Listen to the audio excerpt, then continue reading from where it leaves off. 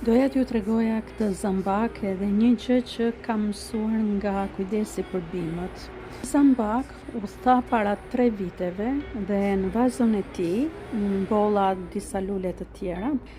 Edhe për çudinë time, pas 3 viteve pas jam kujdesur, zambaku filloi krejt papritur pra rimbiu. Dhe kjo më ka sjell tepër gëzim.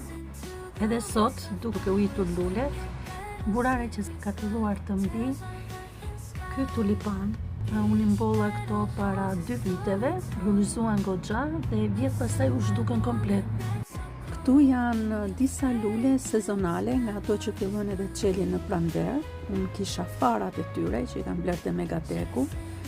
I kam hedhur përpara 2 viteve, nuk kanë mbir me njëherë, nuk e di pse, edhe pse ndoqa ato udhëzime që ishin tek fleta e vet, por krejt papritur fillova t'i riuis edhe ja ku është fryti.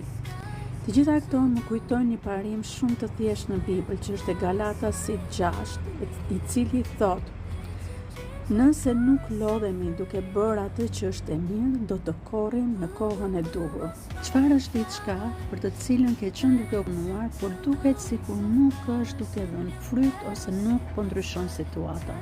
Unë do të inkurajoja të mos heqësh dorë, sepse disa gjëra kërkojnë kohën e vet, edhe këmbgulja është tepër e rëndësishme. Dhe ndërsa këmbgulim, edhe bëjmë atë që është e duhur dhe e mirë, jam e sigurt që do të korrim në kohën e duhur. Që një ditë të mbarë. Mos harroni të regjistroni në kanalin tim për mesazhe të tjera inkurajuese dhe motivuese, ose çojani dikujt që mendon që ka nevojë të inkurajohet sot.